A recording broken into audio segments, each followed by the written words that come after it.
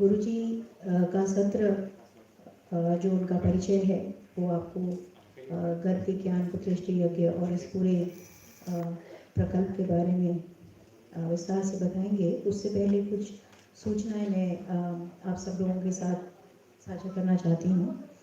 कृपया सभी लोग थोड़ा ध्यान दें।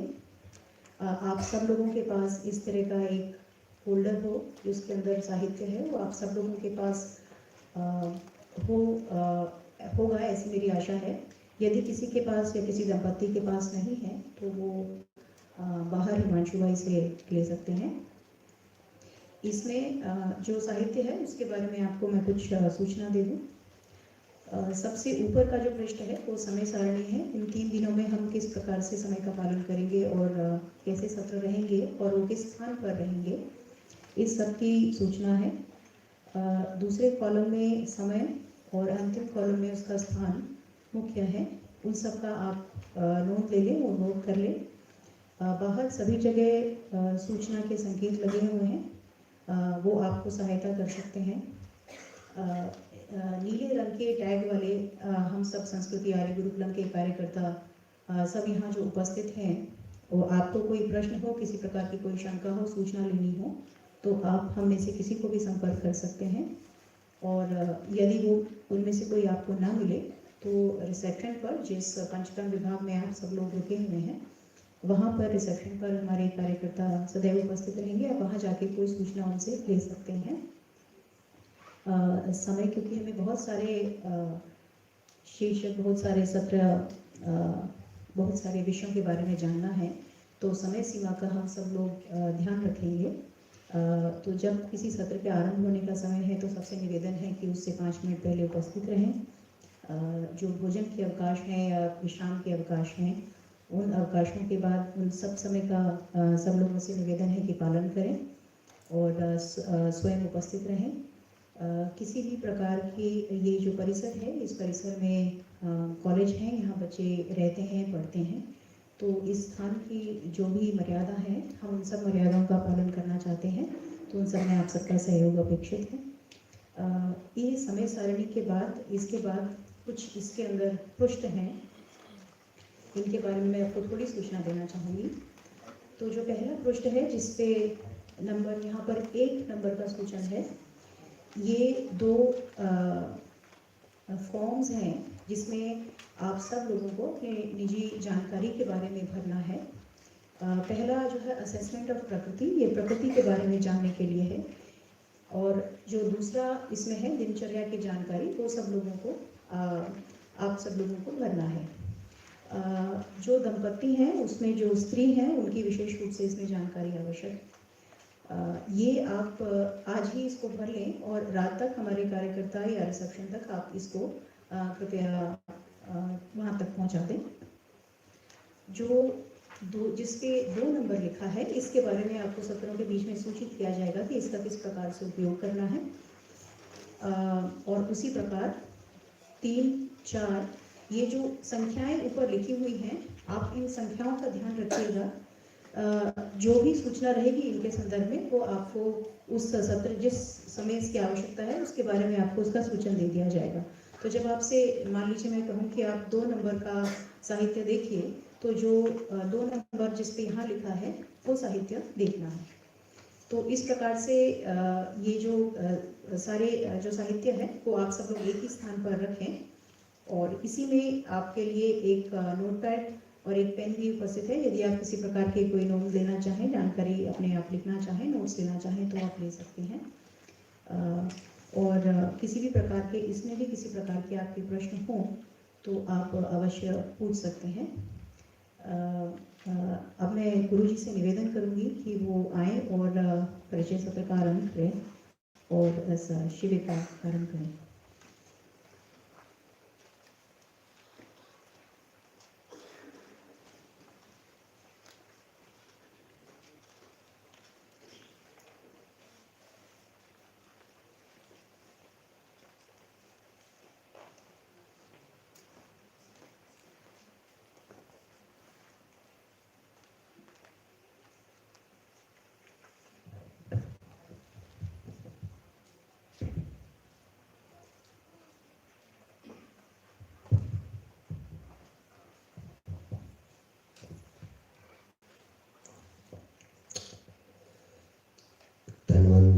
समारम्भां जीवकाचार्यमध्यमाम् अस्मदाचार्यपर्यन्तां वन्दे गुरुपरम्पराम्।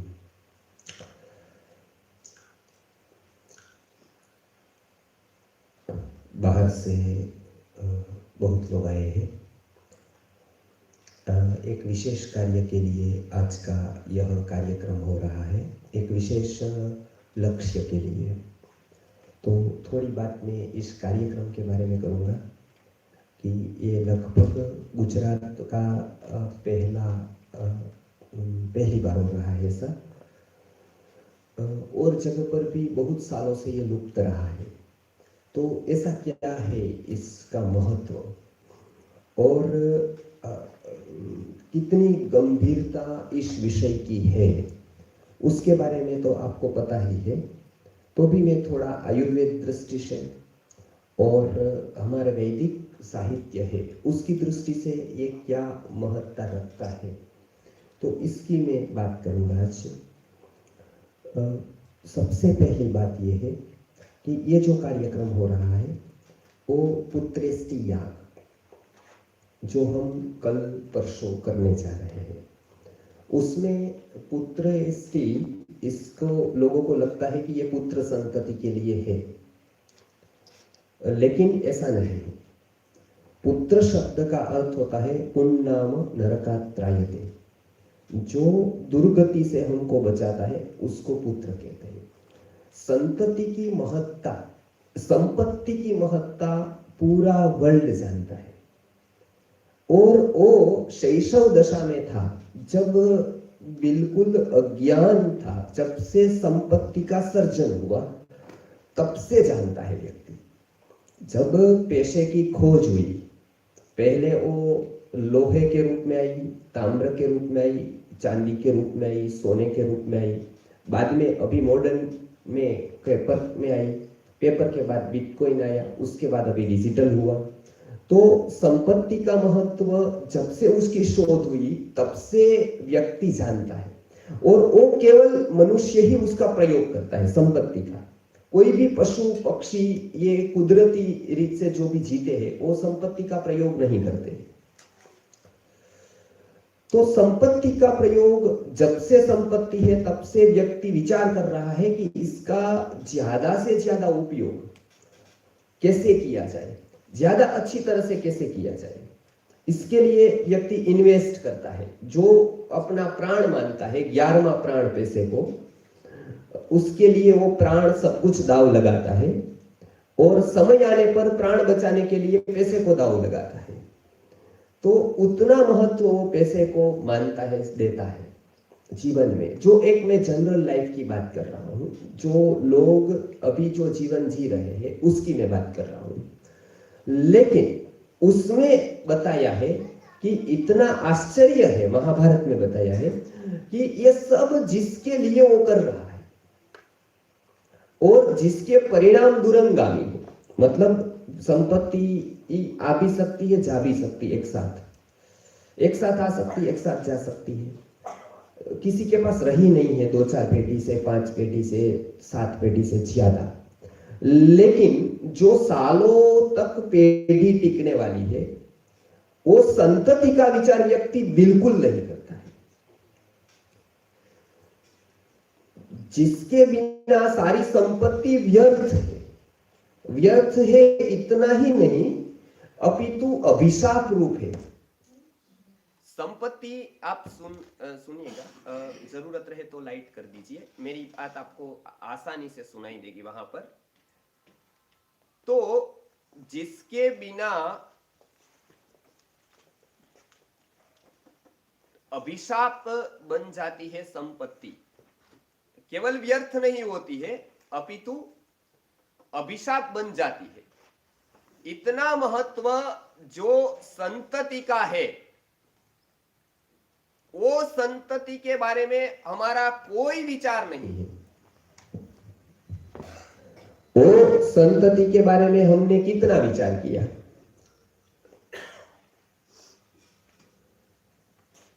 जो संपत्ति के प्लानिंग करने के लिए आज लगभग 800 से लेकर 8 लाख जितने बाजार उपलब्ध है, इन्वेस्ट से लेकर सब कुछ। कैसे उसको आदर्श किया जाए या बढ़ाया जाए, पैसे को, संतति को गुणात्मक कैसे बनाया जाए, एक भी कंसेप्ट नहीं है। न गवर्नमेंट के पास है, नहीं कोई संस्था के पास है, नहीं आज हमारे पास है। तो हमारा जो संतति अभी हो रही है वो मनुष्य की संतति नहीं हो रही है, मनुष्य के नाम पर पशु की संतति हो रही है। इसके लिए जो मनुष्य में जो गहराई चाहिए, जो समझ चाहिए, वो समझ आज आपको देखने को नहीं मिलती है। आज थोड़े से झगड़े में व्यक्ति अलग हो जाता है, माता पिता को छोड़ देता है। इसलिए आज इतने वृद्धाश्रम है। वृद्धाश्रम इसलिए नहीं है कि हम समर्थ हो गए, वृद्धाश्रम इसलिए है क्योंकि हम दिन प्रतिदिन समझ बिना के होते जाते हैं। सहनशीलता आज नहीं है, प्रत्येक घर पे हम देखते हैं। जो सहनशीलता एक बहुत बड़ा गुण है, वो लगभग लोगों में देखने को ही नहीं मिलता है। जीवन के लिए जो मैनर्स है, जीवन के लिए जो सिद्धांत है, एक बहुत गहरी समझ है, वो आज देखने को नहीं मिलती है। रामायण काल का हम काल देखें तो उसमें बताया है कि न राज्यम न राजासीत न दंड्यो न च दांडिकः स्वधर्मेणैव हि प्रजास्तावत् रक्षन्ति स्म परस्परम। कोई राजा नहीं था, राजा केवल नाम के लिए था, बाकी स्वधर्मेणैव हि प्रजास्तावत् रक्षन्ति स्म परस्परम। नमस्तेनो जनपदे न कर्दयः न मद्यपः नानाहीना भूताग्निना न अविद्वान न स्वैरी स्वैरिणे कुतः। कोई भी व्यक्ति अविद्वान नहीं था। नमेस्तेनो, कोई चोर नहीं था। आज मोस्ट एजुकेटेड पीपल, जिसको हम बहुत बड़े डिग्रीधारी लोग कहते हैं, आज हम ये दावा कर सकते हैं नमेस्तेनो जनपदे, कोई चोर नहीं है। हाँ, इस तरह से चोर नहीं है कि यहां मैंने मोबाइल रखा हो तो कोई लेगा नहीं, लेकिन जब वो एक पद पर आएगा, जो मोस्ट अट्रैक्टिव पोजीशन जिसको हम कहते हैं पद, आईएएस आईपीएस, जो डॉक्टर बनने के बाद भी इसके पीछे दीवाने होते हैं, डॉक्टर इंजीनियर्स वगैरह 5-5 साल के लिए जिस एग्जाम की तैयारी करते हैं यूपीएससी क्रैक करने के लिए, मैंने सोचा कि डॉक्टर 2 लाख कमाता है, 2.5 लाख की प्रैक्टिस है उसकी, और 2.5 लाख बढ़ा सकता है हॉस्पिटल करके, तो वो यूपीएससी की एग्जाम क्यों देता है?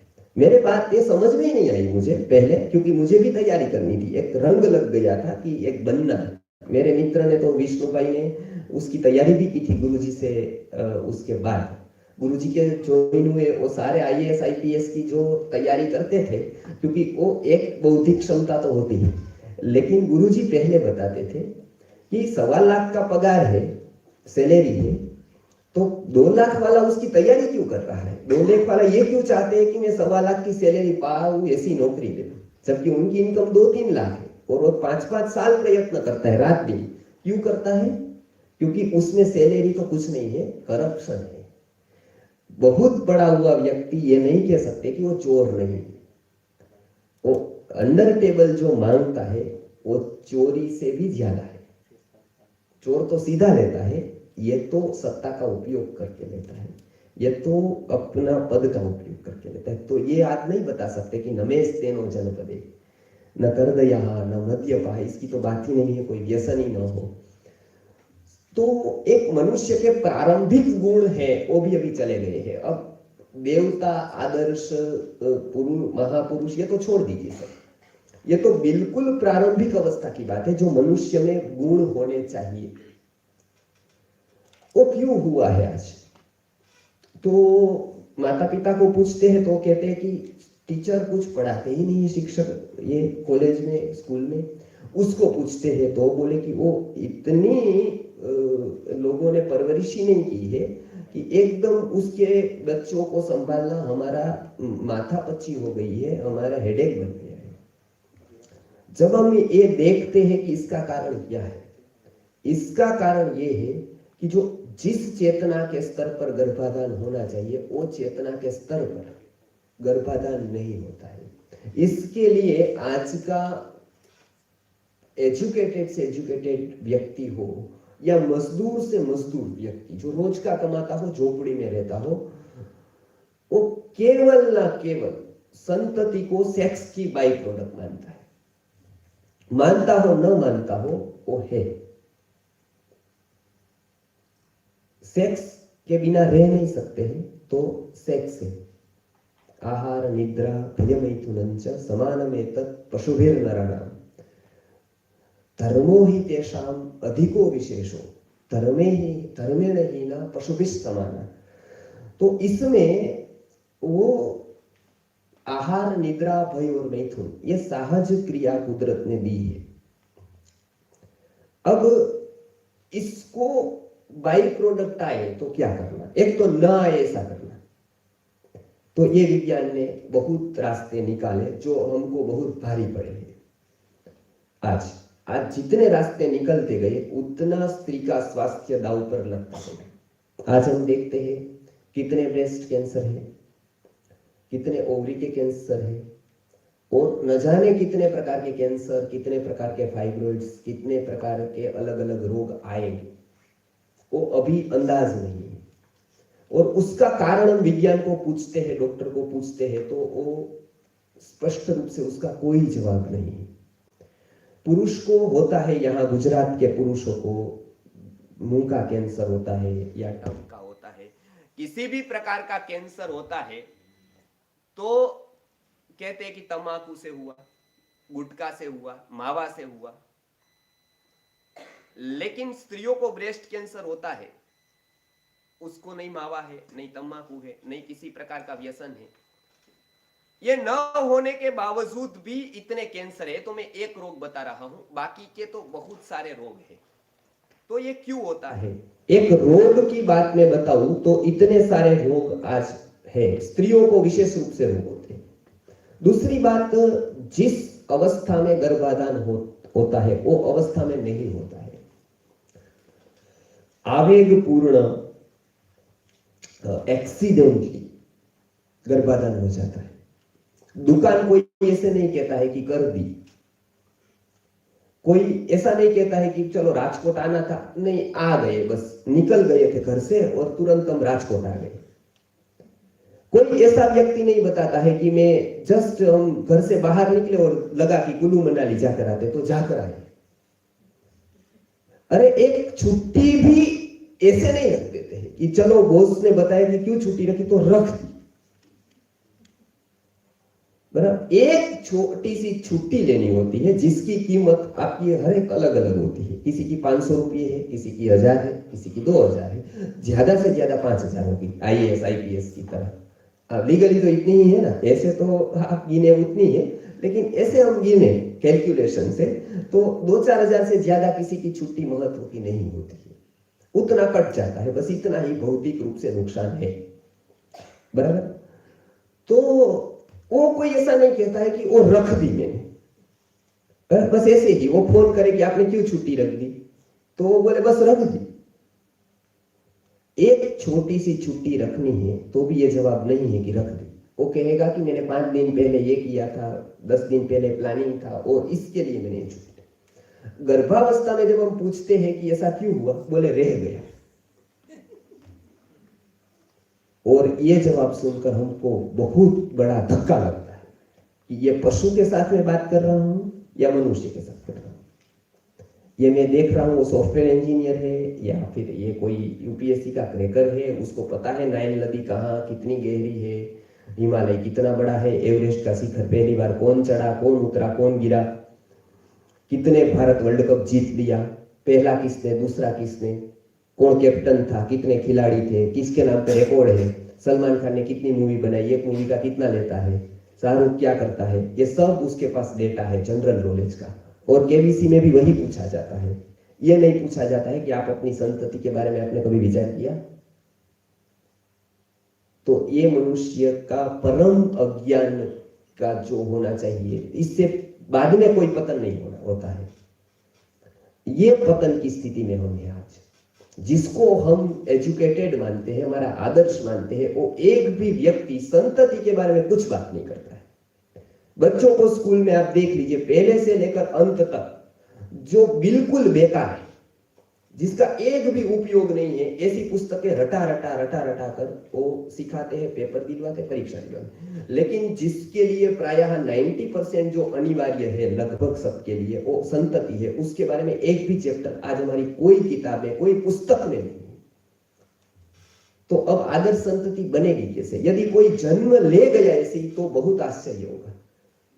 मानो यहां कभी गेहूं का पेड़ उग सकता है? कभी नहीं होगा। होता तो हम आश्चर्य करते हैं ना कि यहाँ क्यों ग्रास हो गया, क्योंकि पूरी संभावना ही नहीं है। यहाँ नहीं जमीन है, नहीं पानी आता है, बराबर, नहीं कोई खेत में कोई कुछ करने आता है, नहीं कोई खाद डालने आता है, तो इधर कैसे ग्रास होगा? बस वो स्थिति है अभी कि अभी कोई आदर्श बन ही नहीं पाएगा, स्थिति ही नहीं है, क्योंकि सारी संतति क्यों आ रही है? बाई चांस, कि बस रह गया। और कुछ उसको नियम बताते हैं तो उसके ऊपर हजार बहाने होते हैं। अभी तो संभव नहीं है, अभी ये नहीं है, अभी वो नहीं है, अभी ये नहीं है, इतना करे तो चलेगा, नहीं करे तो चलेगा, वो होगा तो चलेगा, वो होगा तो चलेगा। तो हम इतना ही मानते हैं, किसी भी प्रकार की गंभीरता आप में नहीं है, क्योंकि उसका महत्व हम नहीं समझते हैं। यदि उसका महत्व समझ गए ना, तो व्यक्ति कुछ भी कर सकता है। उसका महत्व नहीं है तो हम उसके ऊपर रस ही नहीं लेते हैं। बहुत लोग कहते थे कि हम आ नहीं सकते हैं क्योंकि दूर। मानो कि पीएम ने आपको बताया हो कि आपको दिल्ली में एक मीटिंग है मेरे साथ, मैं 15 मिनट दूंगा, आप विचार करें। खबर आई तब तो आप मतलब फोटो शेयर करके फेसबुक में भी लगा देंगे, उसके साथ मीटिंग विद पीएम, गौरव होगा। अपने मित्रों को फोन करके बुलाएंगे कि पीएम ने मुझे बुलाया है, मतलब जीवन धन्य हो गया मेरा। और कहेंगे किस दिन? वो यदि ऐसा बताते हैं ना कि परसों, तो आप ये नहीं कहेंगे कि पहले बताना चाहिए था। ये आपका जवाब होगा कभी? परसों। आप पहला देखेंगे टिकट कहां से मिलेगी, 15,000, 20,000 दे दो, बराबर। 20,000 देकर 3 गाड़ियां बदलकर, उसको स्पेशल कैब करके, लॉकडाउन का सब कुछ छोड़कर पीएमओ में आप पहुंचेंगे वहां पर, क्योंकि उसके साथ का एक फोटो वो आपके लिए असाधारण महत्ता रखता है। उसके लिए तो जीवन की धन्यतम घटना है। इसके लिए जो भी कुछ दांव पर लगाना चाहिए वो आप लगा देते हैं। कि वो 15 मिनट नहीं मिलेगी बात में मुझे। और ये इसका फायदा क्या है? 5 दिन सब लाइक करेंगे फेसबुक पर फोटो देखकर, आपको वो दिखाने से बैंक वाला लोन नहीं दे देगा, ये पक्की बात है। वो दिखाइए एसबीआई में जाकर कि ये देखो मैं ऐसा वैसा आदमी नहीं हूं, इसको लोन दो, तो वो बोलेगी कि नहीं, इसका कोई महत्व, वो हम करते ही रात दिन इसका। ये दिखाकर आपको कोई भी डिस्काउंट नहीं मिलेगा दुकान पर कि देखो मैं पीएम के साथ हूं या राष्ट्रपति के साथ हूं। तो भी ये पागलपन हमारे में क्यों है? क्योंकि मन ऐसा चाहता है हमारा कि मैं दिखा दूं कि मैं ऐसा वैसा आदमी नहीं हूं, बड़ा हूं। और बहुत बड़ा कंसेप्ट, जिसको आपको कितना लाभ मिलेगा वो लाभ लेना आपके ऊपर है। आपने अपनी संतति के बारे में सोचा नहीं है, इतना गुरुजी ने समाज की संतति के बारे में सोचा है। और एक कहा जाए कि गुरुजी ने विचार किए बिना कोई भी काम किया ही नहीं। इस मस्तिष्क के जितने विचार हो सकते हैं ना, एक्सट्रीम लेवल के, इतने सूक्ष्म, वो गुरुजी ने कर दिए। और इसके ऊपर जो भी दाव लगाना पड़ा वो उन्होंने दाव लगा दिया है। ये विचार करके उन्होंने जो दिया है वो 1000 ग्रंथ में नहीं हो सकता है। वो सामान्य व्यक्ति की ये बस की बात नहीं है। एक सामान्य वेद इसको समझा ही नहीं सकता है। वो चेतना के स्तर पर जाकर रात भर जगकर, उसको मिलना क्या था? कुछ नहीं। उसको क्या मिला? जो मिला वो उसके जो स्थिति थी, उसकी जो विद्वत्ता थी, उसके अपेक्षा कितना न्यून था, क्योंकि उनकी अभिलाषा नहीं थी ये सब पाने की। वो स्थिति पर थे कि वो स्थिति पर पहुंच गए थे कि उसको कुछ ही नहीं चाहिए था। प्रधानमंत्री को कुछ चाहिए, राष्ट्रपति को भी चाहिए, अमलदार को चाहिए। एक गुरुजी ऐसे थे जिसको कुछ नहीं चाहिए। वो स्थिति ऐसे ही नहीं आ गई थी। वो स्थिति पर जाकर उन्होंने संतति के बारे में विचार किया।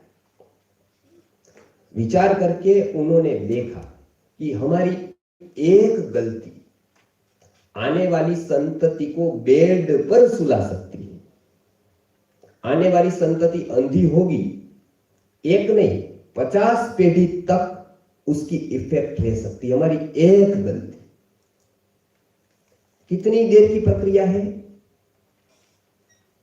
5 मिनट की, 10 मिनट की। शुक्र विसर्जन की कितनी देर की है? ये तो मैं ज्यादा समय कह रहा हूं, उससे भी कम समय की। परिणाम कितना गहरा, कितना लंबा है? ये क्रिया का परिणाम कितना गहरा, कितना लंबा है, आप सोच सकते हैं? नहीं सोच सकते हैं। हम सोच सकते हैं 1 पीढ़ी तक, ऐसा नहीं है। क्रोमोसोम थियरी जब से आई, ऋषि मुनि क्रोमोसोम थियरी को बहुत गहराई से जानते थे। ये तो बाद में साइंस ने निकाला ना, XY वगैरह का। लेकिन वो बताते थे कि पीढ़ियों तक आपका एक क्रोध यदि व्यक्ति में है और वो संतति में गया, आपको पता है 12 पीढ़ी तक क्रोध आ सकता है।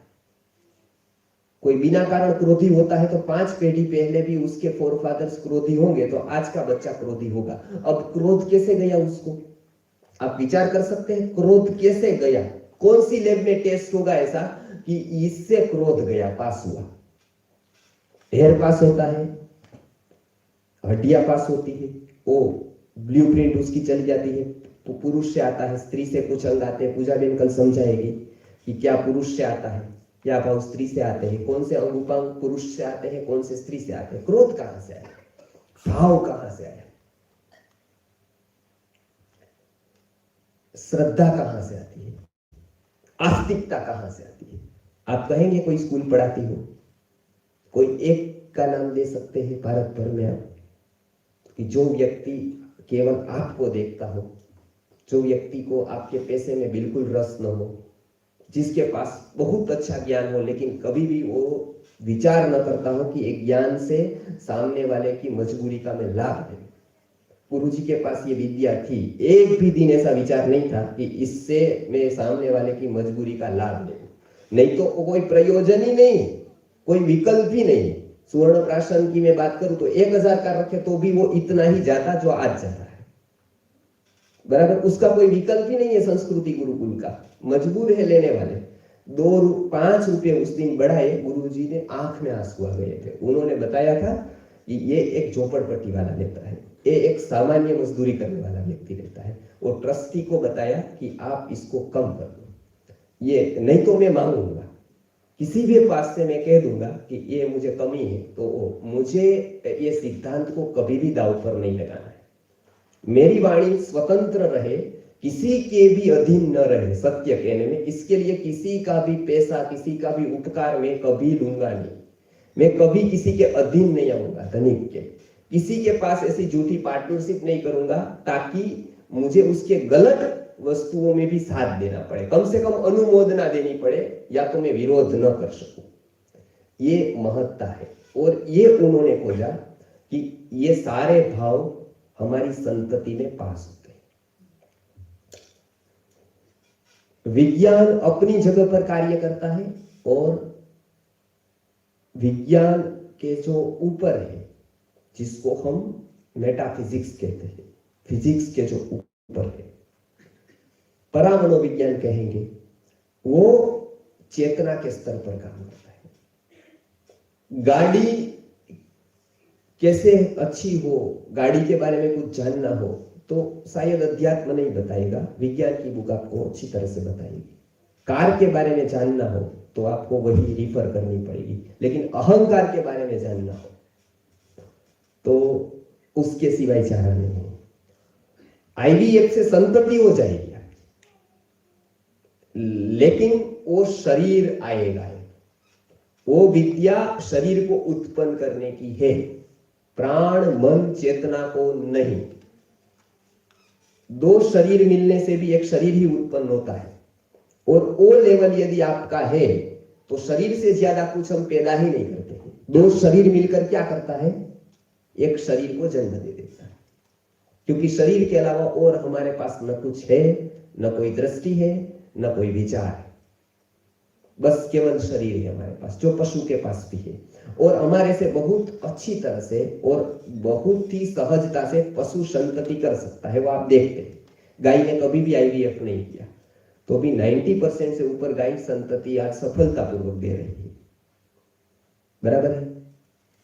भैंस ने कभी नहीं की, भैंस दे रही है। कुत्ती ने नहीं किया, बराबर। वो कुछ नहीं, उसको कुछ नहीं है, तो भी वो संतति दे, क्योंकि उसको केवल शरीर को जन्म देना है, बस उसका सार्थक्य उसी में है, एक शरीर को जन्म दे दे। हम भी उससे क्या चाहते हैं, गाय रख के एक शरीर दे दे हमको, गाय वाला एक बछड़ी आ जाए, वो हम चेतना की, बस वही अपेक्षा हम मनुष्य बेसी भी करते हैं कि बस एक नन्ना मुन्ना आ जाए हमारे। वो कैसा है वो कोई बात नहीं, वो दाढ़ पाड़ू आए, वो लुटारा आए, भविष्य में वो कुछ भी करे, उसका हमको कोई तकलीफ नहीं। किसी ने ऐसा नहीं मांगा कि सज्जन आए, नन्ना मुन्ना ही सब मांगते हैं। और दादा दादी की भी अपेक्षा वही होती है कि एक नन्ना मुन्ना आ जाए, फिर भले उसको कुछ भी दुर्गति हो या कैसा भी आए। गर्भ संस्कार बोले ऐसा कुछ होता ही नहीं है, आप आ गए तो आप कौन से बड़े तिस्मार खा गए। वो कहते हैं कि आप आ ही गए ना, हमने तो ऐसा कुछ नहीं किया था। मतलब क्या, आपका शरीर आ गया, उसने कुछ नहीं किया, आपका शरीर आ गया। अब वो ही चाहते हैं कि आपको एक शरीर ही आए वापस, आप वो तल पर जाए ही नहीं, प्राण में, चेतना में, मन पे, बस आप ही ऐसा जीवन पूरा करो जैसा हमने कर दिया, और आप आ गए, हम खुश हो गए। ये गिरी हुई सोच कितनी निम्न स्तर की है। इसके लिए माता पिता को भी हमने बुलाया था, क्योंकि ये बहुत ही उपयोगी है। चेतना के स्तर का ये यज्ञ, ये स्वाहा स्वाहा वाला कर्मकांड कराकर यहाँ पर कुछ आपसे लेना, ऐसा कोई भाव नहीं। ऐसा होता तो हम दूसरा चुनते। बहुत रास्ते हैं हमारे पास, चिकित्सा का बहुत बड़ा ज्ञान भी है, अनुभव भी है, लेकिन इसको संतति के लिए करना है। इसके लिए 5000 बच्चे वाली स्कूल हम सफलतापूर्वक चला सकते हैं, लेकिन क्यों 20 बच्चों वाला गुरुकुल चलाते हैं? घाटा है देखा जाए तो, लेकिन उसके पीछे एक विजन है, एक दृढ़ है, एक संस्कार है, एक चेतना के स्तर को ले जाने की तमन्ना है। इसलिए आज जो हम बात करते हैं, तो अभी आप लोग जो तैयारी करते हो, कम से कम ये स्तर पर विचार करें कि शरीर को जन्म तो देना है, लेकिन शरीर के बाद जो मन है, प्राण है, चेतना है, आत्मा है, उस स्तर के व्यक्ति को जन्म देना है। तब तक नहीं देना है जब तक ये स्तर ना आ जाए, क्योंकि शरीर की कोई कमी कुदरत के पास नहीं है। करोड़ों करोड़ों शरीर आते हैं, करोड़ों शरीर रोज चले जाते हैं।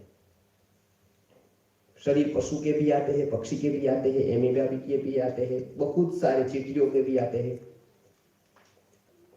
बहुत सारे शरीर आते हैं, चले जाते हैं। ये शरीर को लेकर कोई विशेष लाभ नहीं है। तो किसको जन्म देना है? एक प्राण को, एक आत्मा को, एक मन को, एक उत्तमता को जन्म देना है, और इसके लिए कटिबद्ध बनना है। हमारा यह संकल्प होना चाहिए कि कम से कम हमारी जैसी समझदार प्रजा, हमारे जैसे समझदार लोग तो अब आवेश में संतति नहीं करेंगे, आवेग में नहीं करेंगे, बिना समझ के नहीं करेंगे, दबाव में नहीं करेंगे। बहुत लोगों का तो आश्चर्य ये है, घर वाले दबाव करते हैं। घर वाले को कौन सा हक दे दिया दबाव करने का? जिस समय उनको वानप्रस्थ का विचार करना चाहिए, जिस समय उसको अध्यात्म का, उस समय वो दबाव करते हैं कि आप जल्दी करो, क्योंकि हम देख कर जाए उसका मुंह। जब तक मेरे मुंह में मूत नहीं लेता है, तब तक मुझे मुक्ति नहीं मिलेगी, गंगा जल की तरह।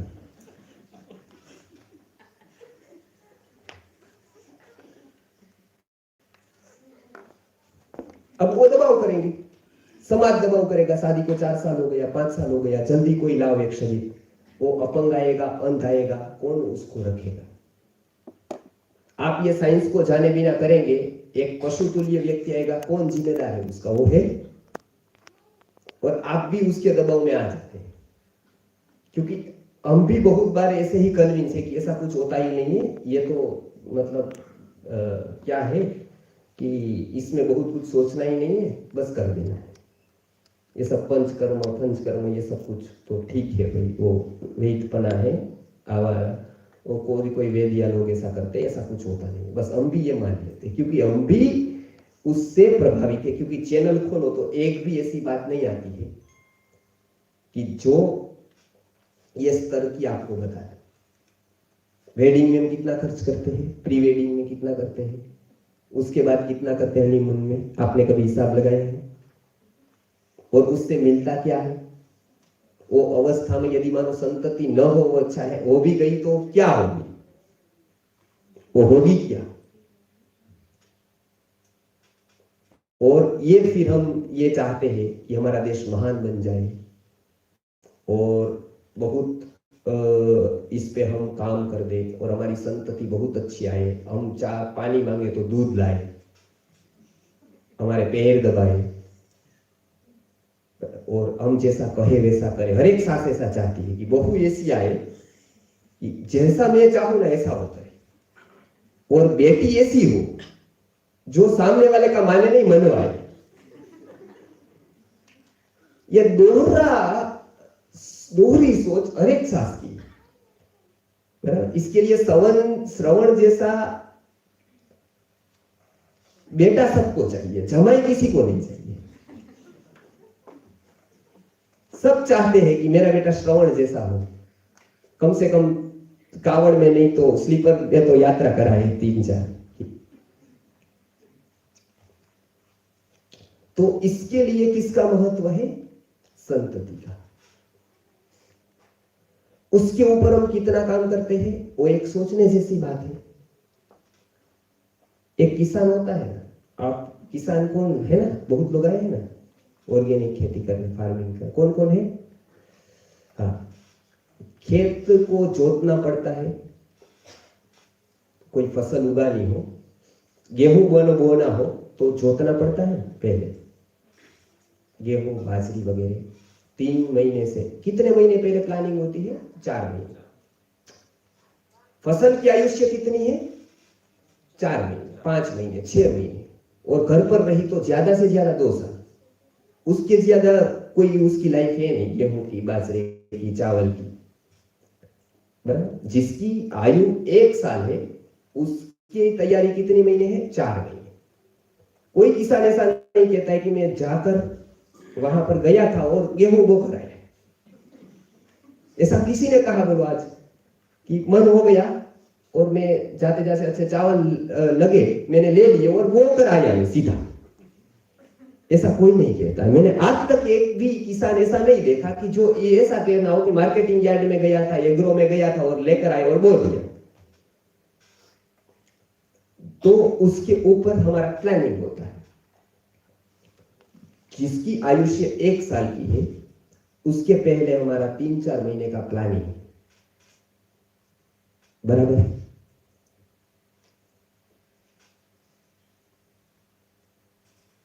एक अच्छा माइक का होता है ना, ये बनता है, एक मोबाइल बनता है, आपको पता है उसमें कितने ब्रेन लगते हैं और कितने वर्कर उसमें जरूरी होता है। ये हमारे सामने सीधा आ गया, लेकिन इसके पीछे इसकी एसेसरीज, इसका लाइटिंग, कैमरा, ये पूरा मोबाइल बनता है, इसके पीछे कितने ब्रेन लगते हैं, तब एक तैयार होकर डिवाइस हमारे पास आ जाता है।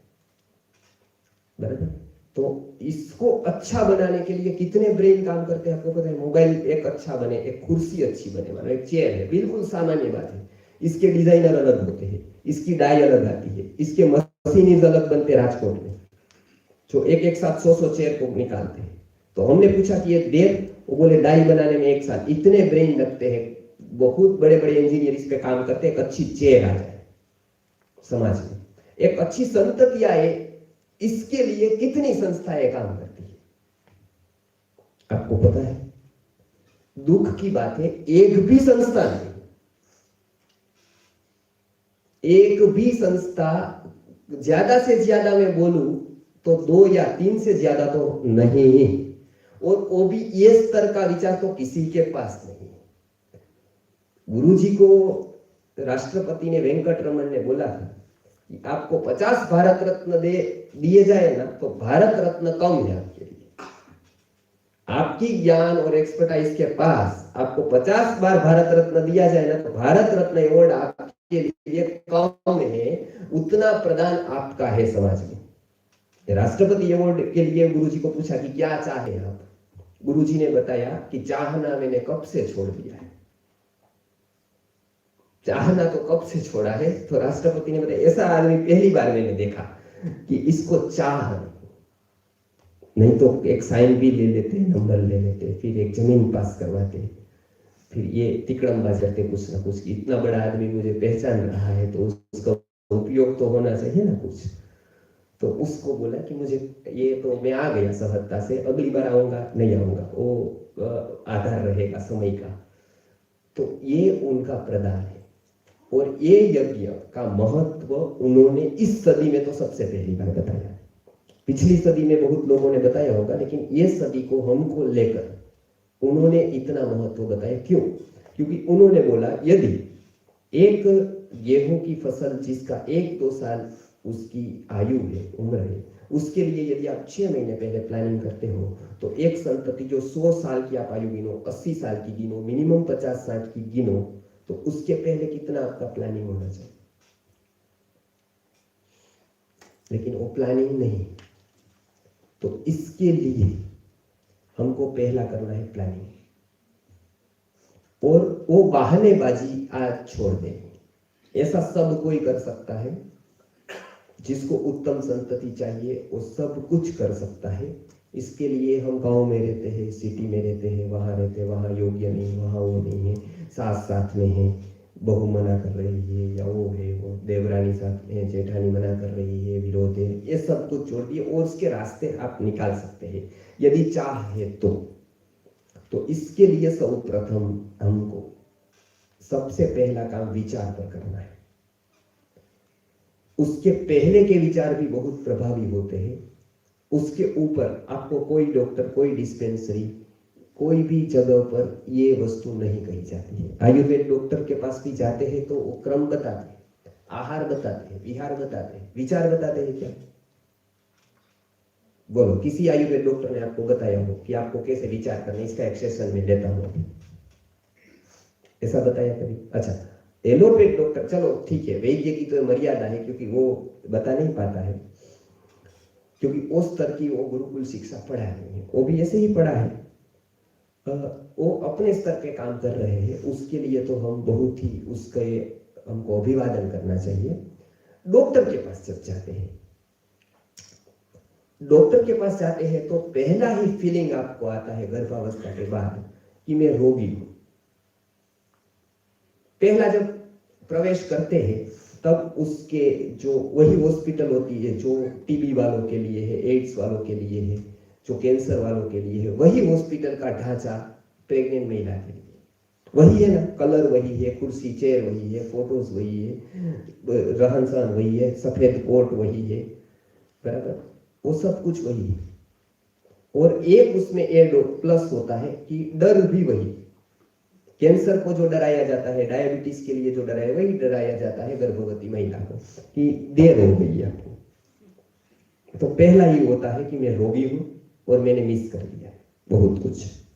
पहला ही वो डर का माहौल आता है, तो पहला ही भयभीत वाला माहौल हमारे मन में बैठ जाता है कि अच्छा मैं रोगी हूं। उसके बाद क्या कहते हैं? आराम करो, जो हमको बहुत ही प्रिय है। हमको चाहिए, बहू को क्या चाहिए? ज्यादा से ज्यादा आराम, और सास ज्यादा से ज्यादा काम कराना चाहती है। वो चाहती है कि बहू सोए ही नहीं, बराबर, और वो चाहती है कि ये सब कुछ काम ही काम करती रहे, और बहू चाहती है कि मैं कैसे कम से कम काम करूं और ज्यादा से ज्यादा बोलूं, बताऊं ये मैंने कर दिया, किसी ने किया वो भी मैं मेरे नाम पर चढ़ा दूं, देवरानी ने किया वो भी। तो ये झगड़ा जो है वो हमारे काम से भागने का है, क्योंकि हमारी चेतना वहीं पर आ गई है कि कैसे हम कम करें, ज्यादा दिखाए, भागे, आराम करें। तो पहला वो कहते आराम करना है। तो पूरे घर परवरिश में लग जाती है, जो हमारे लिए बहुत उत्सव का दिन होता है, क्योंकि सिंपथी मिलती है उसके पूरे घर की कि ये महिला है, वो अभी प्रेग्नेंट है, तो पूरे घर की संपत्ति जुड़ जाती है कि अच्छा तो उसको आराम करने दो। तो हमको भी वो चाहिए आराम, गद्दे तकिए के ऊपर, और हम आराम करने लगते हैं। फिर पूरे दिन तो आराम कर नहीं सकता है हमारा शरीर, क्योंकि कुदरत ने ऐसा बनाया ही नहीं हमारे शरीर को कि पूरे दिन आराम कर सके। तो आराम के लिए अब क्या चाहिए, तो इसके लिए टीवी अभी आया है, जो मैं अभी संकल्प हम लेंगे अंतिम दिन। गुरुजी ने इसके ऊपर जितना एक बहुत बड़ा मनोवैज्ञानिक बता सकता है ना, उतने स्तर की बात बताई है, क्योंकि गुरुजी ऐसे 200 से 500 चेतनाओं को तैयार करने वाले। आज गुरुकुल टिकाया है, चेतनाओं को तैयार की। एक तीसरी पेटी संस्कृति गुरुकुल की आएगी, तो ऐसे ही नहीं आएंगे, उन्होंने प्राण दिए इसके ऊपर। कोई आरस और पारस खड़ा कर सकता है, वारस खड़ा नहीं कर सकता है। वारिस बनाना, अपनी प्रतिकृति बनानी, वो बहुत बड़ा काम है। मूर्ति से 50 गुना कठिन काम है कि अपनी प्रतिकृति को उसमें डाल देना। ये विचार के स्तर की बात होती है, ये सब कुछ छोड़ना पड़ता है इसके लिए। तो ये एक बहुत महत्व का है। तो पहला, वो टीवी के पास बैठ जाती है। आप मुझे संस्कृति गुरुकुलम में मिलने आए और मैं बोलूं कि मेरे पास अभी टाइम नहीं है आधा घंटा का, लेकिन मैं एक भाई के पास बैठने को आपको बताता हूँ, इसके साथ बैठो, ये बहुत अच्छे आदमी है, केवल इन्होंने 3-4 हत्याएं की है, बस आप सत्संग करो आधा घंटा। आप मेरा फोन करना तो नहीं, उठाना छोड़ देंगे। मैं कभी कॉल कर दूं आपको तो आप ब्लैक लिस्ट में मुझे डाल देंगे, ब्लॉक कर देंगे कि ये आदमी बिल्कुल इसका देखने जैसा नहीं है। आपको मैं बताऊं कि आधा घंटा आप बैठिए, ये व्यक्ति ठीक है, बस केवल 4-5 बार रेप किया है किसी के ऊपर, बाकी बहुत अच्छा है उसका, मसल से बॉडी है, 6 पैक, जिम में जाता है, बस इतना ही है उसको। आप क्या करोगे, आप उठोगे कि जय श्री कृष्ण मानते हैं बाद में, लेकिन वही बात, और ये तो साधारण अवस्था है, जिसके ऊपर उन्होंने चोरी की तो आपके ऊपर वो प्रभाव आधे घंटे में नहीं डालने वाला है, तो भी आप बैठने को तैयार नहीं। जबकि आप टीवी के सामने जब एक गर्भवती महिला को हम बिठा देते हैं, तो सामने वाला क्या आपको लगता है, वो चोर नहीं है? जिसको आप देखते हीरो मानते हो, क्या है वो? चोर है सबसे बड़ा। वो तो मैं प्रूव कर सकता हूं गवर्नमेंट के सामने, आपके सामने, सबके सामने। वो लुटेरा है, उसने कितनी हत्याएं की है, मानसिक रूप से, शारीरिक रूप से, सब प्रकार की। उसके सामने हम 4-4 घंटे उसको बिठाते हैं, और वो अवस्था है जब वो उसके पूरे विचार लेती है स्त्री गर्भवती में। तो ये कोई समझी का काम कर रहे हैं हम आराम करके, या एक बहुत ही घटिया इंसान बनाने की ओर हम जा रहे हैं? इसके कितने विचारों की इफेक्ट होगी। और अभी तो आप मन का महत्व समझते हैं, चेतना का महत्व समझते हैं, क्योंकि अंतिमतः हम सफल या निष्फल किससे होते हैं? मन से होते हैं। आपके सुख दुख का सबसे प्रधान कारण क्या है? पता है? संवादी व्यक्तित्व, प्रसन्न व्यक्तित्व का क्या मूल्य होता है? उसका कोई मूल्य ही नहीं होता है। जितना भी मूल्य करो उतना कम होता है। एक क्षमावान पुरुष का कितना मूल्य होता है? अब ये यज्ञ का महत्व ये है कि सबसे पहले शोधन किया जाए शरीर का। शरीर के स्तर का शोधन नहीं, मानसिक स्तर के शोधन की भी आवश्यकता रहती है। जब हमारे में जेलेसी है, ईर्ष्या है, द्वेष है, तो आपको पता है वो संतति में भी आती। बहुत सारे उदाहरण गुरुजी ने वेदों में से दिए। वेद कथांक करके है, गुरुजी ने एक लिखा था बीच में, उसमें उन्होंने ये बहुत सारे चरित्र इसमें बताए हैं वेद कथाओं में, कि उसके पिता ईर्ष्यालु थे, पुत्र भी ईर्ष्यालु, उसका पुत्र भी ईर्ष्यालु। ये हम ये दुर्योधन में भी देख सकते हैं। तो ईर्ष्या भी पास होती है। संतति में टीबी ही जाता है या कोई और रोग ही जाते हैं ऐसा नहीं है, डायबिटीज ही जाती है या टीबी ही जाता है ऐसा नहीं है। इसमें बहुत सारे भाव संक्रमित होते हैं और टीबी कैंसर की तो दवाई है, इसकी कोई दवाई नहीं, क्योंकि वो तो व्यक्ति अपने आप को रोगी समझने को ही तैयार है। टीबी वाला समझता तो है कि चलो मेरे टीबी है, कैंसर वाला मान तो रहा है कि मुझे कैंसर है, ईर्ष्यालु व्यक्ति मान ही नहीं रहा है कि मुझे ईर्ष्या है। तो वो तो समझ ही कठिन है। तो शोधन दोनों का है, मन का शोधन है, शरीर का शोधन है। वो शोधन करने के लिए हम ये यज्ञ में आए। इसके लिए 3 दिन का हमारा जीवन ये शोधन प्रक्रिया को सपोर्ट करे, इसको अनुकूल हो ऐसा होना चाहिए। आहार भी अभी शरीर शोधन करना है उस दृष्टि से होना चाहिए, उसके ऊपर टूट नहीं पड़ना है।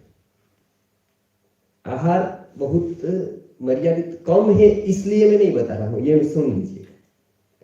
यहां पर्याप्त है, वो तो व्यवस्था की है, लेकिन आप आहार के लिए तो आए नहीं है यहाँ पर, क्योंकि यहाँ से बहुत अच्छा आहार तो आपके यहाँ है, बहुत जगह पर मिल सकता है।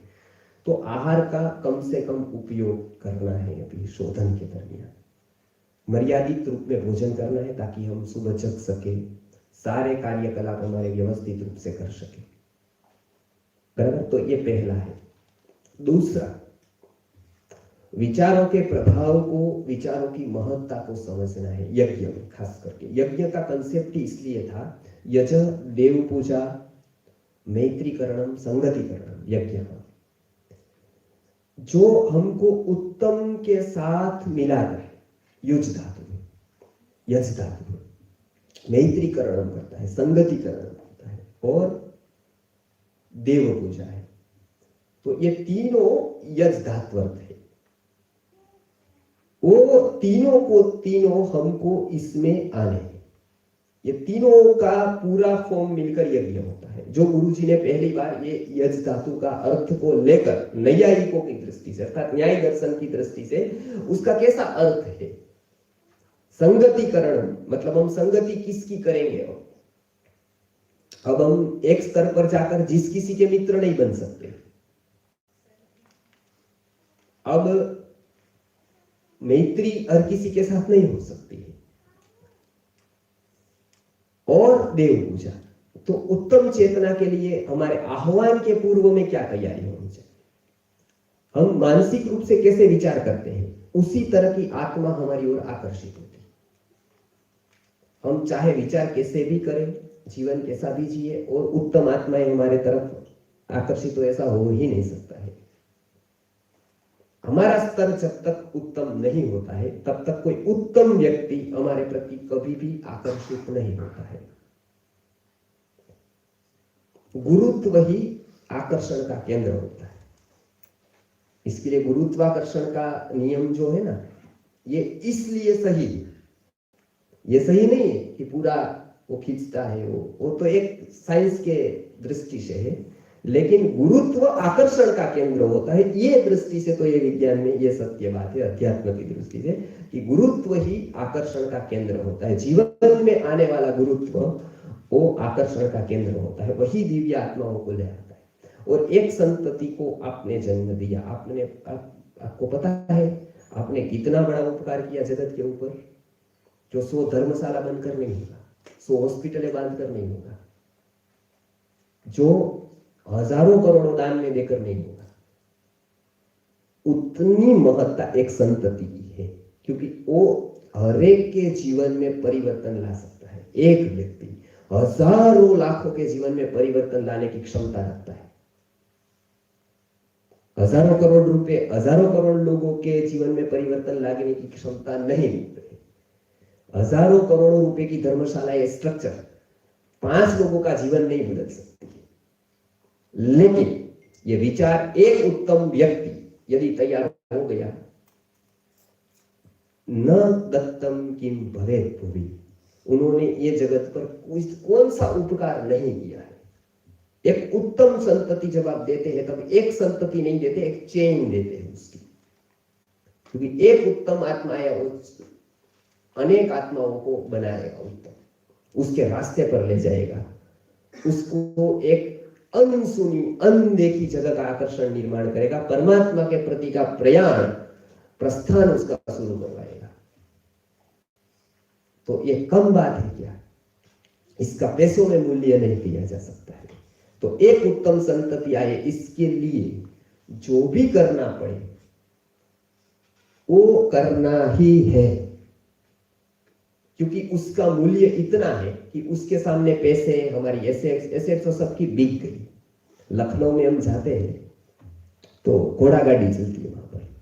मैं प्रवास मैंने बहुत किए उत्तर भारत के, उसमें से लखनऊ की जब घोड़ा गाड़ी में बैठता हूं तब हर एक घोड़ा गाड़ी वाला मुस्लिम, वहां मुस्लिम लोग चलाते हैं घोड़ा गाड़ी, हम कहते वहां जाना है, वहां पर वो छोड़ता है तो वो बताता कि ये हमारे बुजुर्गों का था, ये महल मेरे परदादा इसी महल में रहते थे। वो रास्ते में बताता है, खुद घोड़ा गाड़ी चलाता है।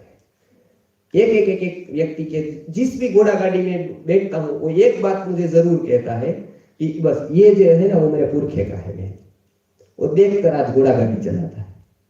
ये कहाँ चले गए महल? सारे रोड पर आ गए ना सारे। संपत्ति तो थी, क्या हुआ? यही स्थिति आज हमारी हो गई है, क्योंकि हमने संपत्ति पर ध्यान दिया, संतति पर नहीं दिया है।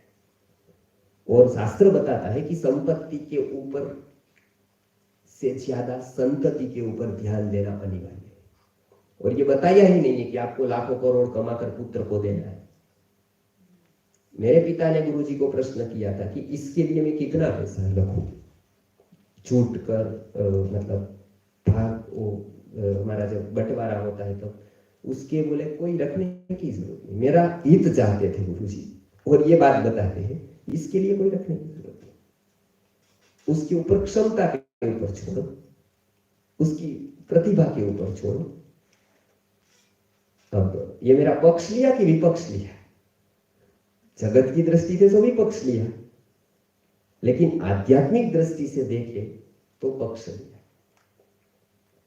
तो वही बात ये है कि हम संतति के ऊपर फोकस करें। इतना मतलब ये नहीं है कि संपत्ति को छोड़ दे, उसके उत्तम संतति बनाकर उसके हाथ में संपत्ति दे, नहीं तो वो सारी की सारी व्यर्थ जाएगी। और ये कोई आध्यात्मिक हम उपकार कर रहे हैं जगत का इसलिए नहीं है, वो तो बहुत आगे की बात है। प्रथम स्तर पर तो हमको ये करना है कि संतति स्वस्थ आए। आज लगभग 2 करोड़ से ज्यादा अंध है भारत में। 2 करोड़ है ना पूजा ने, हमने गूगल पर देखा था तो 3 करोड़ 18 लाख इतने गूगल पर है अभी, हमने देखा था। इतने अंध है। वो सारे अंध चक्षुदान से ठीक नहीं हो सकते, सबको नहीं लग सकती। वो आप एक विचार कर लीजिएगा, अंध क्यों होते हैं उसका कारण साइंस के पास नहीं है। अंध होने के बाद चक्षु देने का चक्षुदान है जो सब पर लागू नहीं तो इतने नहीं होते। आज पता है आपको, करोड़ों रुपए इसके प्रचार में जाते हैं, तो भी आज सबको आंख नहीं। और रामायण और महाभारत का काल देखे, रामायण में पूरा का पूरा वर्णन उस प्रजा का वर्णन आया है अयोध्या कांड में, कि कैसी प्रजा थी वहां की। उसमें पॉपुलेशन दी है कि कहां कहां रहती थी।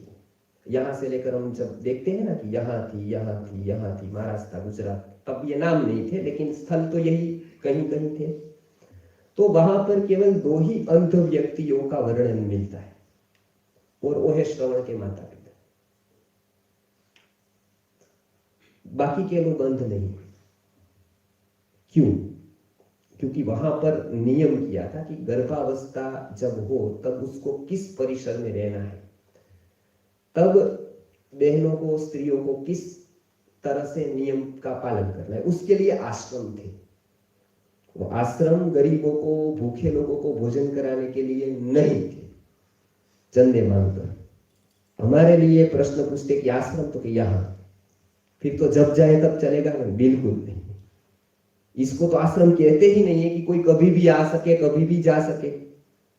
तो ये एक धर्मशाला जैसा हो जाए, उसमें ऋषि की क्या जरूरत है? ये तो कोई भी व्यक्ति चला लेगा। जहां विचार का केंद्र हो, चिकित्सा का केंद्र हो, एक अध्यात्म का केंद्र हो, उसको आश्रम कहते थे। आसमंता श्रमम यस्य, जैसे आसमंता श्रमम यस्य, जैसा उसको आश्रम कहते हैं। तो वो वहां पर थे।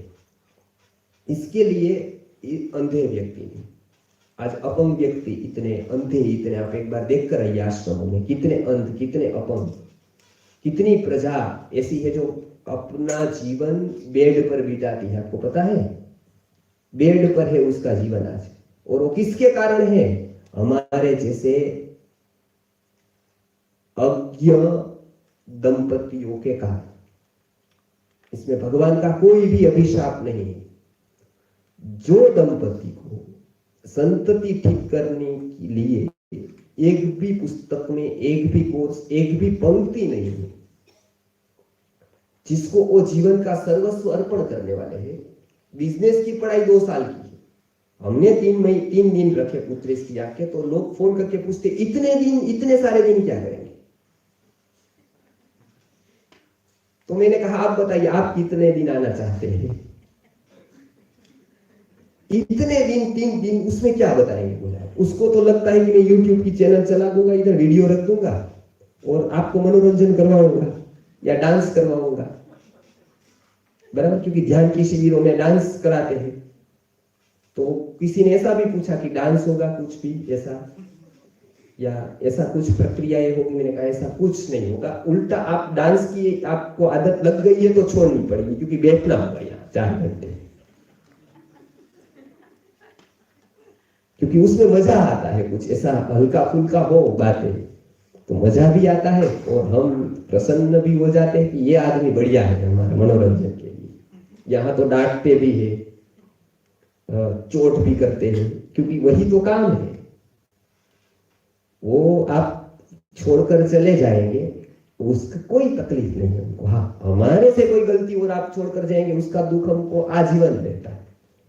लेकिन हमने जो शास्त्रीय बातें की और उससे कोई डिस्कनेक्ट हो गया, तो वो तो हमारी गलती नहीं है। वो तो यदि प्रकाश नहीं दिखाएगा आपको कि ये लाल कलर है, ये ब्लू कलर है, ये काला कलर है, तो वो दोष प्रकाश का है।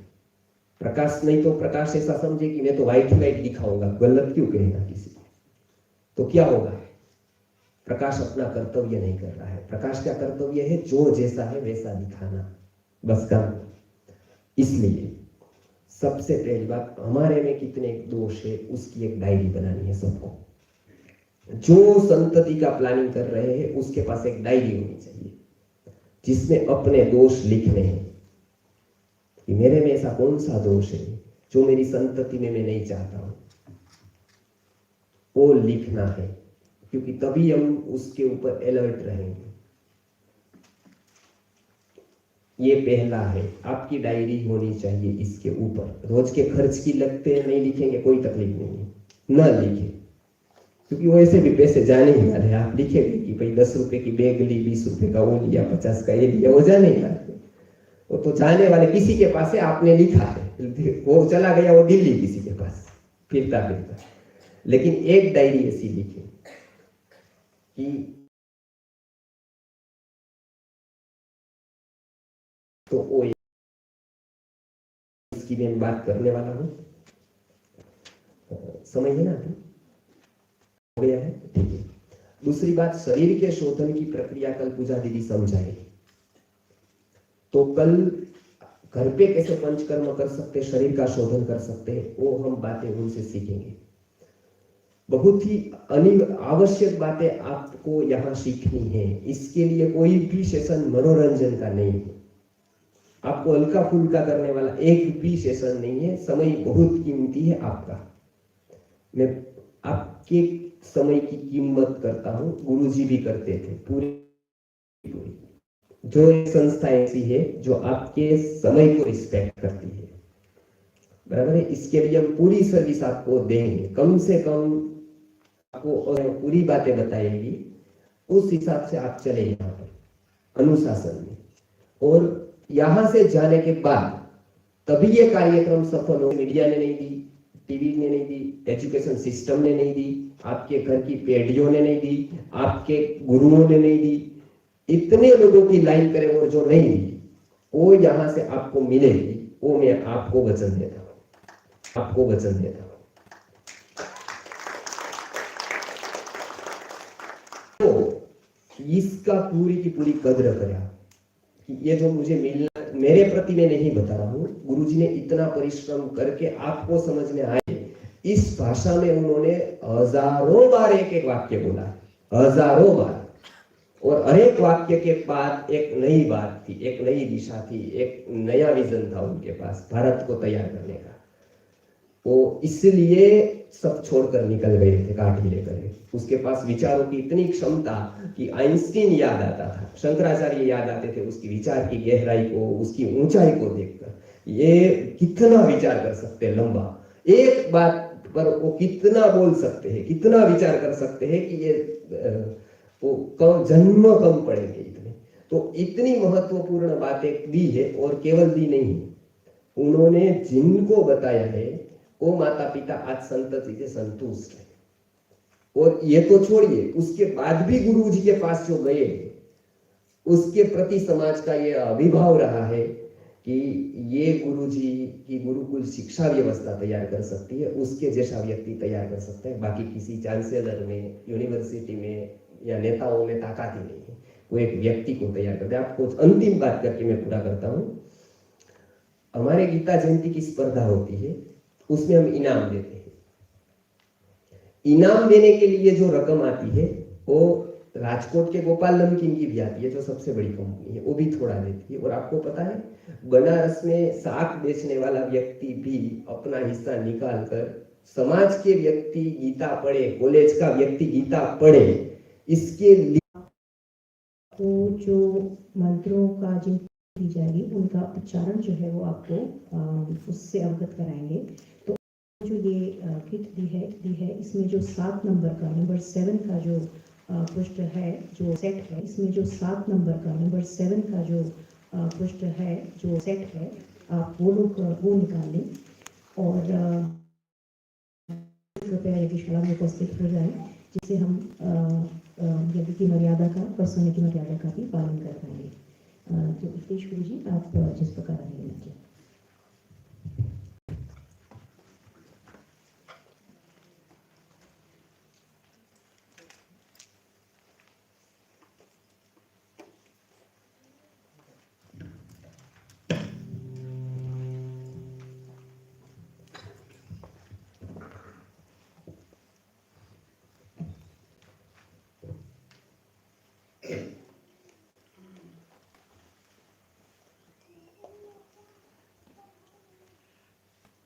हाँ, तो मैं पहले आप सबको एक निवेदन करना चाहता हूँ कि ये जो हम कल यज्ञ करने वाले हैं, तो उसके लिए अभी उच्चारण करेंगे, मैं कराऊंगा आपको।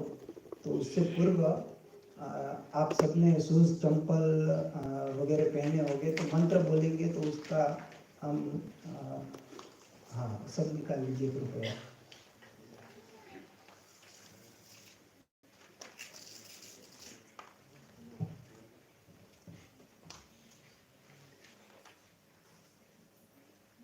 मंत्र बोलने से पूर्व जो शुद्धता की आवश्यकता होती है, वो शुद्धता शारीरिक और मानसिक शुद्धता आवश्यक होती है। तो शारीरिक शुद्धता तो हम अद्भिः गात्राणि शुद्ध्यन्ति, अद्भिः अर्थात जल, जल से गात्र की शुद्धि होती है, अर्थात शरीर शुद्धि होती है। किंतु मनः सत्येन शुद्ध्यति, मन की शुद्धि सत्य से ही होती है। तो हम मन की शुद्धि करके मंत्रों का उच्चारण करेंगे, और मन की शुद्धि ध्यान वगैरह से हो सकती है। तो हम पहले 3 बार ओमकार का उच्चारण करेंगे एक साथ। सब अपनी आंखें बंद करके 3 बार का उच्चारण करेंगे।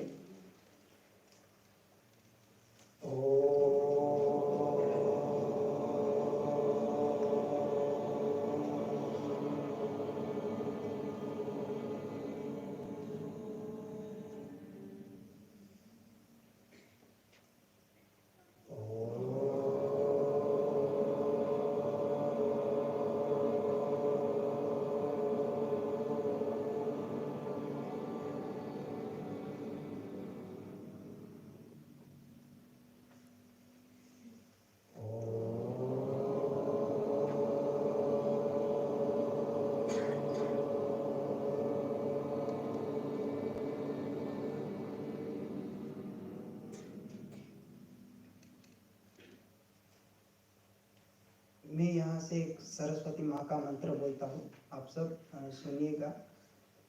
हरे ओम पावकानः सरस्वती वाजे विर्वाजिनीवते यज्ञं वष्टुधेया वसु। ओम श्री सरस्वत्यै नमः। ओम श्री गणेशाय नमः।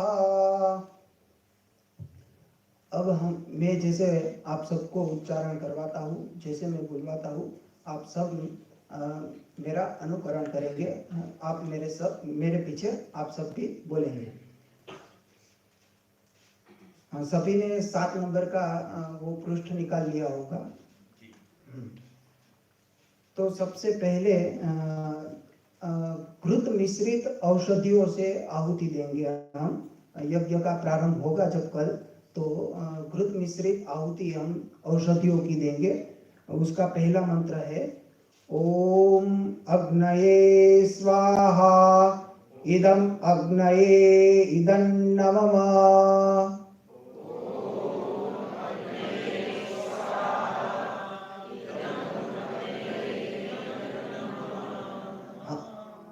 सरस। एक इसमें ध्यान रखने वाली बात यह है कि वेदों में जहाँ पर दीर्घ और ह्रस्व होता है तो वहाँ पर दीर्घ और ह्रस्व बोला जाता है। तो जैसे आप हिंदी में बोलते होंगे वो बड़ी मात्रा और छोटी मात्रा बोलते होंगे।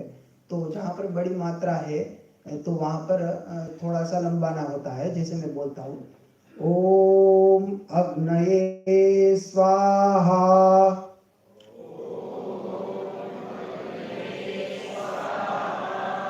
इदं अग्नये इदं नमः।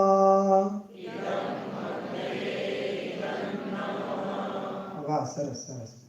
ओम सोमाय स्वाहा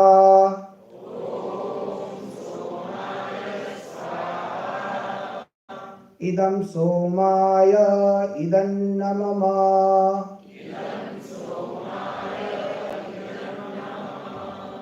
कोई अपनी गति नहीं बढ़ाएगा, एक ही लय में बोलेंगे।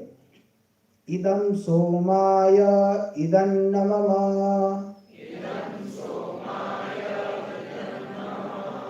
ओम प्रजापतये स्वाहा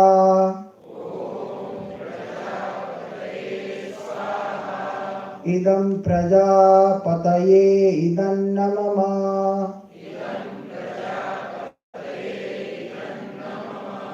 ओम इंद्राय स्वाहा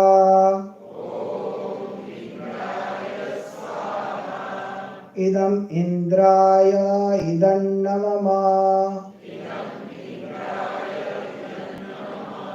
हाँ, यहाँ पर घृत मिश्रित औषधियों की आहुति यहाँ तक देंगे।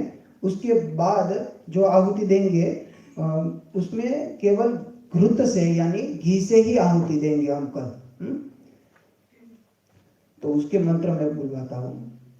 ओम अग्नये पवनामाय स्वाहा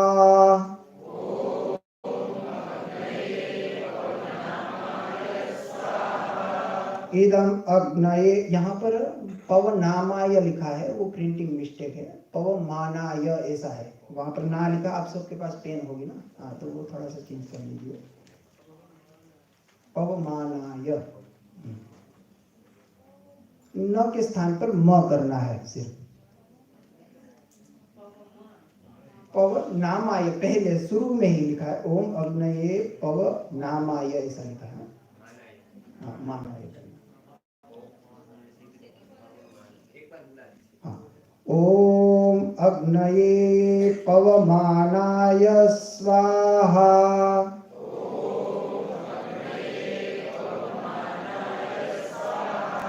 इदं अग्नये पवमानाय इदं नमः।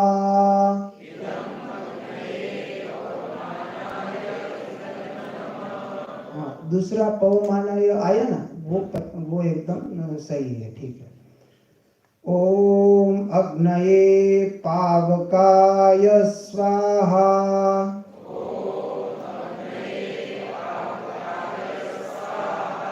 इदं अग्नये पावकाय इदन्नमम।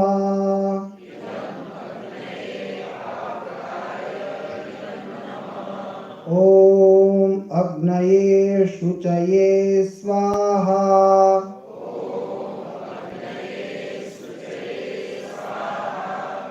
शुचये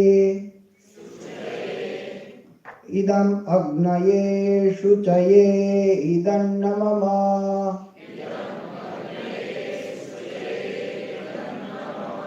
ओम आदित्यै स्वाहा। इदं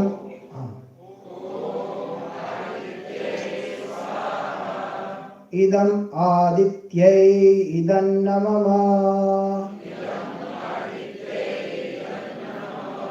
ओम प्रजापतये स्वाहा।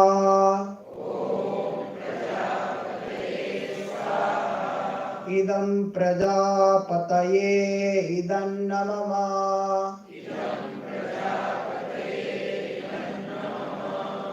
ओम, फिर उसके बाद एक मंत्र है, बड़ा है, उसमें मैं जैसे बुलवाता हूँ वैसे बोलना है। ओम यदस्य कर्माणो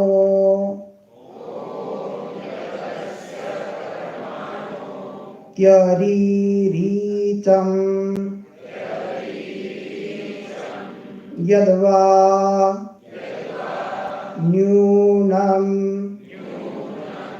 इहाकरम्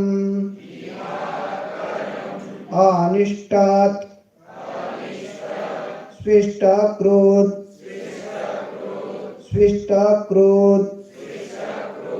विद्यात् सर्वं स्विष्टं सुहृतं करोतु मे। अग्नये स्विष्टकृते सुहूतहुते सर्वप्रायश्चित्ताहुतीनां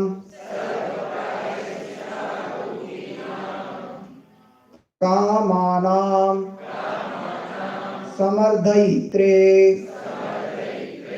सर्वान्नः कामान् समर्धय स्वाहा। इदं अग्नये स्विष्टकृते इदन्नमम।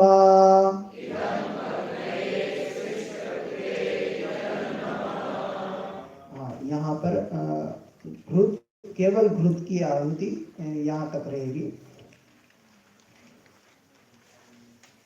उसके बाद वाला पृष्ठ में फिर से घृत मिश्रित औषधियों की आहुति देनी है हमको, और एक आहुति देने के बाद 2 क्षण का विराम करेंगे और फिर दूसरा मंत्र बोलेंगे, ऐसे वहां पर यज्ञ करेंगे हम। ओम विष्णुर्योनि कल्पयतु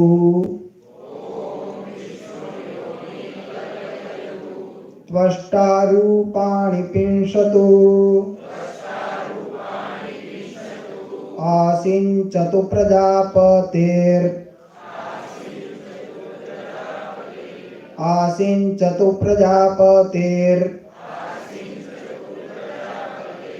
धाता गर्भं दधातु ते स्वाहा। गर्भधेहि सिनीवाली गर्भधेहि सरस्वती गर्भन्ते अश्विनौ देवा गर्भन्ते अश्विनो देवा वा दत्तां पुष्करस्रजा स्वाहा। हिरण्यै अरणीयम् निर्मन्थतो अश्विना तन्ते गर्भ हवामहे दशमे मासि सूतवे स्वाहा दशमे मासि सूतवे स्वाहा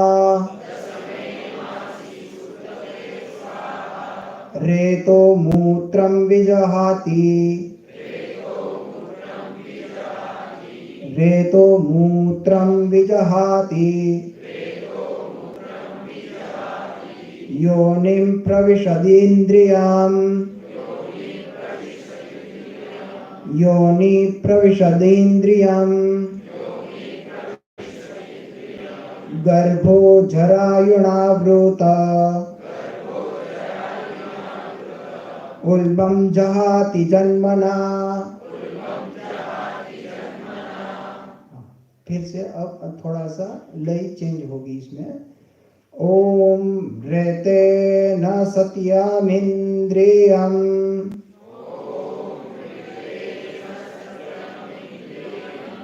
विपान शुक्रमन्धस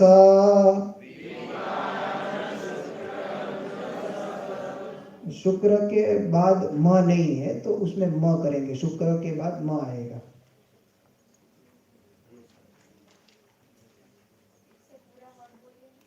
शुक्रमन्धस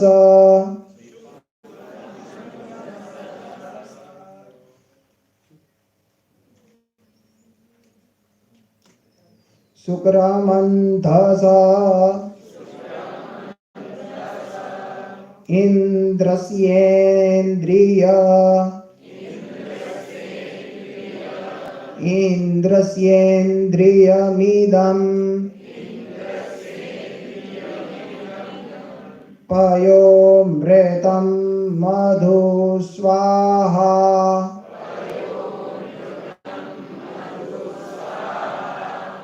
यत्ते सुसीमे हृदयं दिवे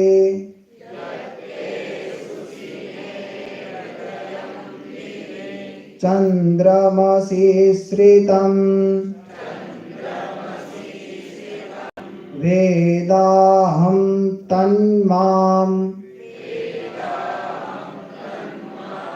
तद्विद्यात् पश्येम शरदः शतथं शृणुयाम शरदः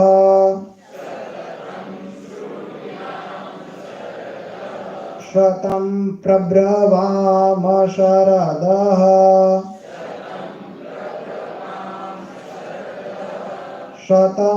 शतमदीनाः श्याम शरदः शतं भूयश्च शरदः शतात् स्वाहा।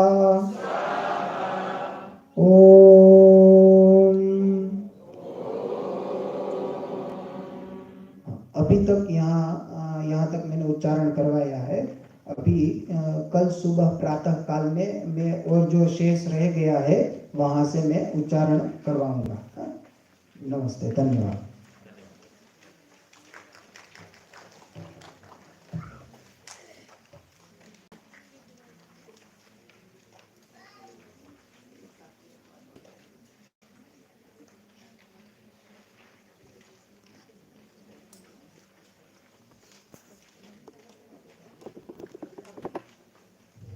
अभी हम लोग भोजन का अवकाश लेंगे, तो आप सभी से निवेदन है कि अपना 5 मिनट का विराम लेकर आप लोग कैंटीन पहुँचें और जाते हुए जिस प्रकार दोपहर जो लोग आ पाए थे एक टोकन की व्यवस्था है।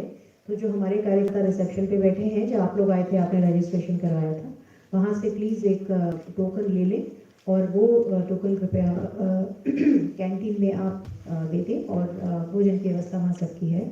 समय की मर्यादा का हम बार बार निवेदन कर रहे हैं, तो आप लोग अधिक से अधिक 10 मिनट में वहाँ कृपया पहुँच जाएं, क्योंकि उनको भी अपनी समय का पालन करना होता है, तो हम सबके लिए अच्छा होगा। कल उसके बाद 8:30 बजे आपको भोजन करके विश्राम कर लेके यहीं 8:30 बजे इसी हॉल में आ जाना है। 8:30 से 9:30 जैसे गुरुजी ने बताया था। पश्चात हमारी प्रश्नोत्तरी रहेगी। तो आप लोगों से निवेदन है कि कृपया समय का अवश्य पालन करें और कैफेटेरिया भोजन के लिए पहुँचें। धन्यवाद।